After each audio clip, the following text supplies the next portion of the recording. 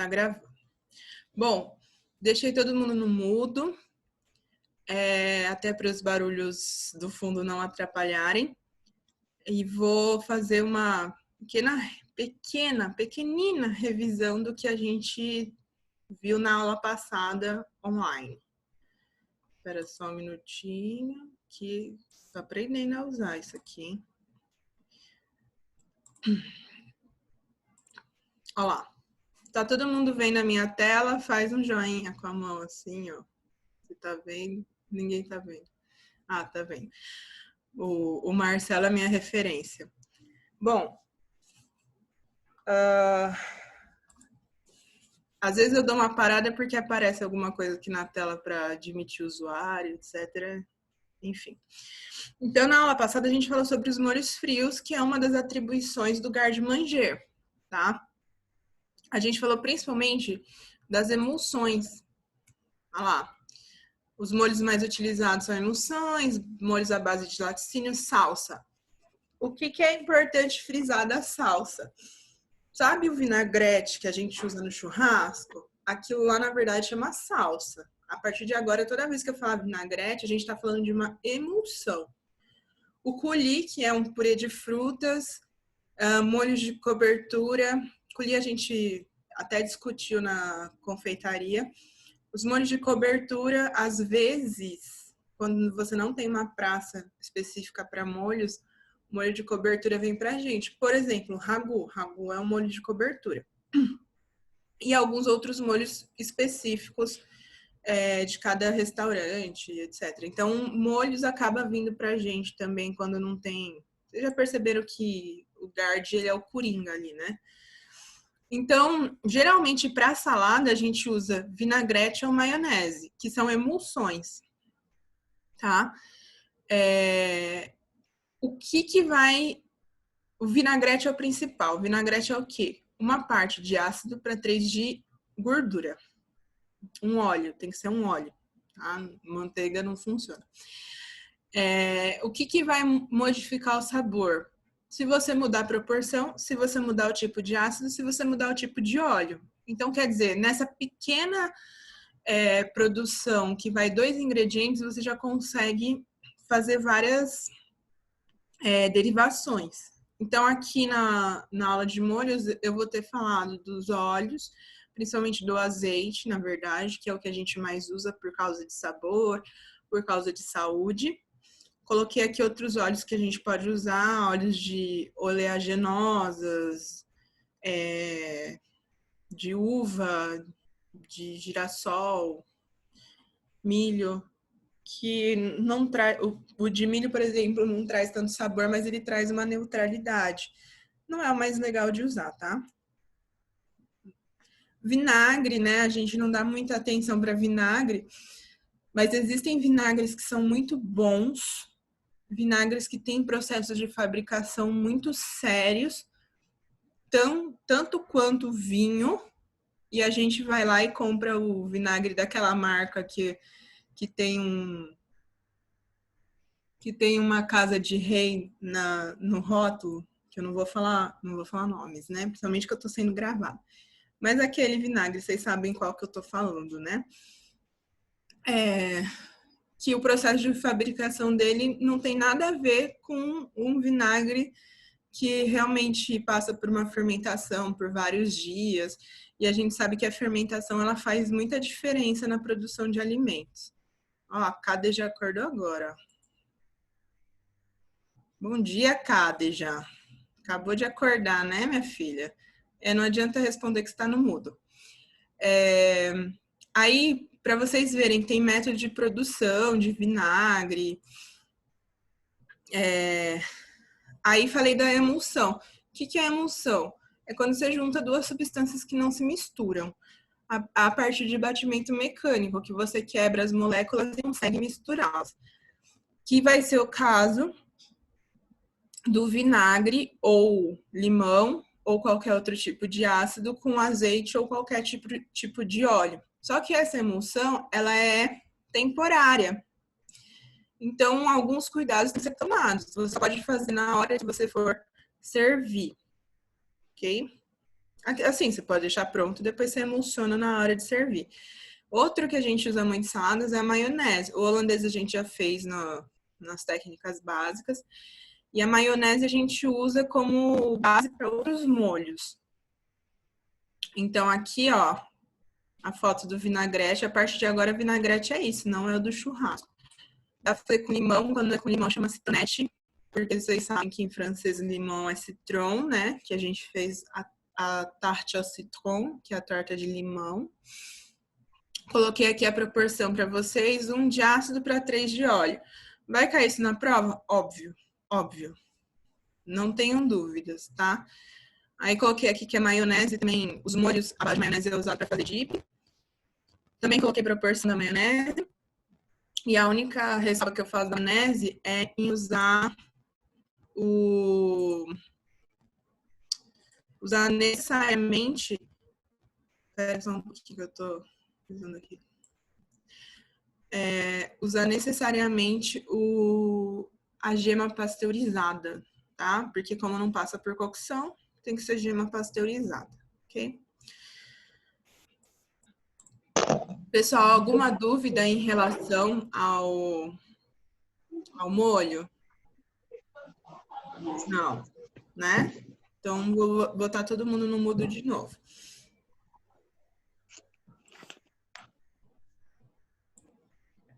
Ok. Bom, a aula de hoje é sobre saladas. Espera aí que eu tô tentando... Aqui. A aula de hoje é sobre saladas, tá? Por isso que eu precisava até fazer uma revisãozinha em relação aos molhos. E já de cara falo, estudem vinagrete. Só para não falar decorem, mas estudem vinagrete. Por quê? Porque é uma das bases para fazer, principalmente saladas, tá? Bom, salada, a gente tem 3 grandes grupos em relação à função deles, né? A primeira são saladas verdes, que são as saladas simples. A gente chama de salada verde, mas não necessariamente ela vai ser só verde. Ela não é monocromática nem palmeirense. Ela pode ter outras folhagens, outras verduras que sejam de outras cores. Todo mundo tá vendo minha tela, né? Espero que sim. Qualquer coisa manda no chat. Bom, temos as saladas de acompanhamento. Essas saladas de acompanhamento são aquelas que a gente usa para complementar prato. Geralmente ela está substituindo algum carboidrato do prato. Então, ao invés de eu servir uma costela com risoto, eu sirvo a costela com salada de batata, por exemplo. E as saladas compostas. Geralmente elas substituem uma refeição ou até mesmo podem ser usadas de entradas em banquetes, em refeições de... provavelmente vai cair daqui 10 minutos a aula, aí a gente volta de novo, tá? Porque esse Zoom tem limite de 40 minutos. Então, as saladas compostas, elas servem de uma refeição completa, porque geralmente elas têm uma proteína de origem animal.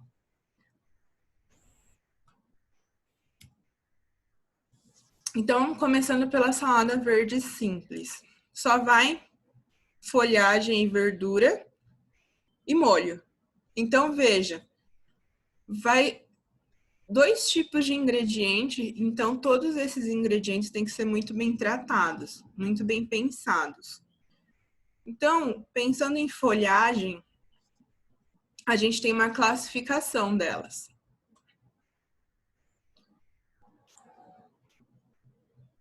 Aqui, ó. Nós temos folhas suaves, por exemplo, alface. Por quê? Porque ela é suave ao paladar. Ela não agride, ela não sobressai a nada. Ela tem um sabor bem básico. A gente tem as folhas picantes, o agrião, a rúcula, são folhas picantes. folhas amargas. Agrião e rúcula também é amargo, mas tem folhas que são muito mais amargas. Por exemplo, esqueci o nome. Escarola, chicória. Chicória é super amargo. E almeirão, esse que eu queria lembrar. Almeirão é super amargo também, tá? Bom, tem as ervas, que elas vão dar aroma, e tem as flores. Quando a gente for usar flor, a gente não escolhe só pelo visual, só pela beleza. Algumas flores são mais ácidas, outras flores têm gosto de perfume. Mentira, tem gosto floral, mas é mais ou menos gosto de perfume, porque a maioria dos perfumes tem um aroma floral.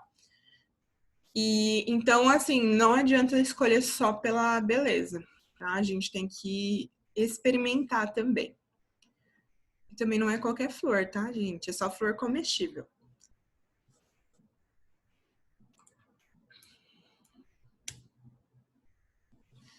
Gente, cuidados básicos para qualquer tipo de salada. Sempre que a gente for utilizar hortaliças e frutas, né? A gente tem que ter um cuidado muito adequado com a higiene. Aí eu vou voltar com vocês porque eu quero ouvir de vocês. E aí vocês não fiquem quietos.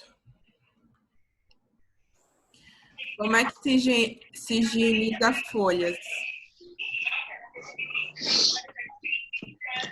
Tem que deixar de molho no hipoclorito. Ó.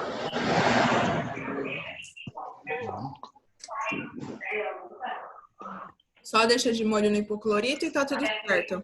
Não, tem que lavar e depois deixar de molho no hipoclorito. Água corrente. Depois a gente água na água corrente. Folha a folha, né? Deixa as folhas escorrendo no richô. Então, eu tô percebendo que se eu precisar fazer uma salada, eu vou precisar de todos vocês juntos, que cada um sabe uma parte. É importante, sim, a gente lembrar do hipoclorito, mas o mais importante de tudo é a gente lembrar a sequência. Por quê? A primeira parte é... Peraí. A primeira grande questão é remover sujidade. O que é remover sujidade? É remover os sólidos. Então, eu tenho que remover... eu separo folha por folha e aí eu limpo terra, se tiver algum bichinho, se tiver qualquer resquício sólido de qualquer coisa, eu tiro em água corrente, na torneira, tá? Esse é o primeiro passo. Porque não adianta nada você jogar no hipoclorito, mas você ter uma contaminação física. Porque o hipoclorito, ele só vai livrar você da contaminação biológica, beleza? Bom, aí eu vou deixar, depois que eu passei folha por folha em água corrente, eu vou deixar de molho em hipoclorito. Na verdade, é uma solução de hipoclorito. Qual a proporção? Aí é importante vocês lerem rótulo, tá? Porque isso aí vai estar no rótulo de cada fabricante. Porque pode ser que ele já tenha alguma diluição. Pode ser não, ele já tem alguma diluição, tá? Tem alguns que são em pó. Então, tanto o tempo que vai ficar de molho no hipoclorito e a solução... E tem que respeitar a solução, viu, gente? Não adianta ir lá e jogar uma quantidade e tá tudo certo, tá tudo bem. Porque pode ser que você coloque a menos e aí não vai adiantar nada. E pode ser que você coloque a mais e você pode intoxicar alguém. Pode intoxicar, não é que vai acontecer. Geralmente não acontece nada, mas pode acontecer. Então, a gente tem que evitar isso dentro da cozinha. Certo? E aí, depois disso... Depois que deixou de molho, o que a gente faz? Enxágua e deixa escorrendo no richô. Então, o enxágua depende, tá, gente? De novo, tem que olhar as especificações do fabricante do hipoclorito. Geralmente, as cozinhas têm um filtro central, então tudo bem você enxaguar. Mas vamos supor que você está em algum lugar que você não sabe se a água da rua está vindo contaminada. Se você enxaguar, pode ser que você contamine novamente, tá? E depois, enxagou, Patrícia, enxagou e fez o quê? Né? Quem falou que enxágua e põe no lixo? Patrícia. Eu, Paty. Mas aí eu enxaguava Deu lá no uma hotel TV que a muito água já alta era aí, gente. Abaixa filtrada. a TV. Quem tá assistindo o TV aí? Pelo amor, hein? Patrícia, enxágua e... Lava e colocava no Richô, mas a água do hotel já era filtrada.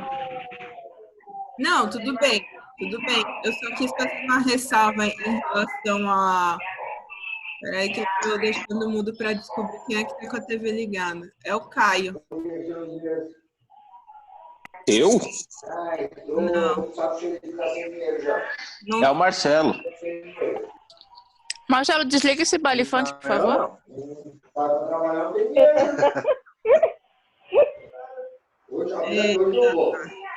É o Caio, sim, ó. Toda vez que eu deixo o Caio mudo, para o barulho, ó. Tá vendo?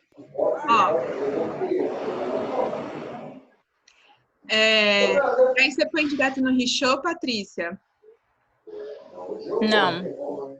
Eu deixava de molho no hipoclorito, depois eu enxaguava, colocava numa cuba, enchia de água para enxaguar e depois passava pro Richô com outra cuba embaixo para ficar escorrendo. E o que mais? Depois que escorriam todas as folhas, aí eu passava um fio embaixo e guardava, armazenava na câmara. Tá. Eita, nós. Tô com televisão ligada. Bom, então o procedimento da Patrícia tá ok, né? As folhas, elas têm que estar secas. Por que será que a gente tem que secar as folhas? Não pode. Acho que a água atrapalha um pouco, porque Ponta do molho. Vai as frutas cair. vão... As frutas não, as folhas vão estragar mais fáceis. Vai cair a reunião, tá? Aí a gente entra de novo. Em menos de 1 minuto. Isso, gente. A água, ela atrapalha por 2 motivos. Na questão da higiene. Por quê? Porque quando eu passo pelo hipoclorito, o hipoclorito, ele vai matar os micro-organismos que já estão naquela folhagem. Depois, se ele adquirir outra contaminação, vamos dizer assim que o hipoclorito, ele não é uma vacina que ele vai impedir